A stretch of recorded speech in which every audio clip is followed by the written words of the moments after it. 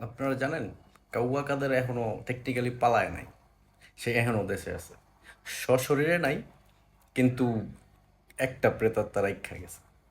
এই প্রেতাত্মাটার প্রতিচ্ছবি আপনারা নিউজে বা ফেসবুক নিউজ ফিডে বা যে কোনো চ্যানেলের মধ্যে আপনারা দেখতে পাইতেছেন। আমি জানি অনেকে গেস করে ফেলছেন who is this, but is mentally sick man. তার মাথায় কোনো ধরনের জ্ঞান বুদ্ধি নেই। একটু আগে আমি একটা ভিডিও দেখলাম যে উনি বলতেছে যে কেউ নোবেল পাইতে পারে। উনি নাকি আরো 10-15 বছর যদি জ্ঞানে, শিক্ষায়, আচার আচরণে এসবে যদি বেঁচে থাকে উনিও নোবেলে মনোনীত হবে। উনার মতন একটা পাগল ব্যক্তি কিভাবে নোবেল নেয় বা আশা করে? উনি জানে নোবেল প্রাইজটা কি? উনি জানে কি নোবেল নোবেল প্রাইজটা অ্যাকচুয়ালি কি?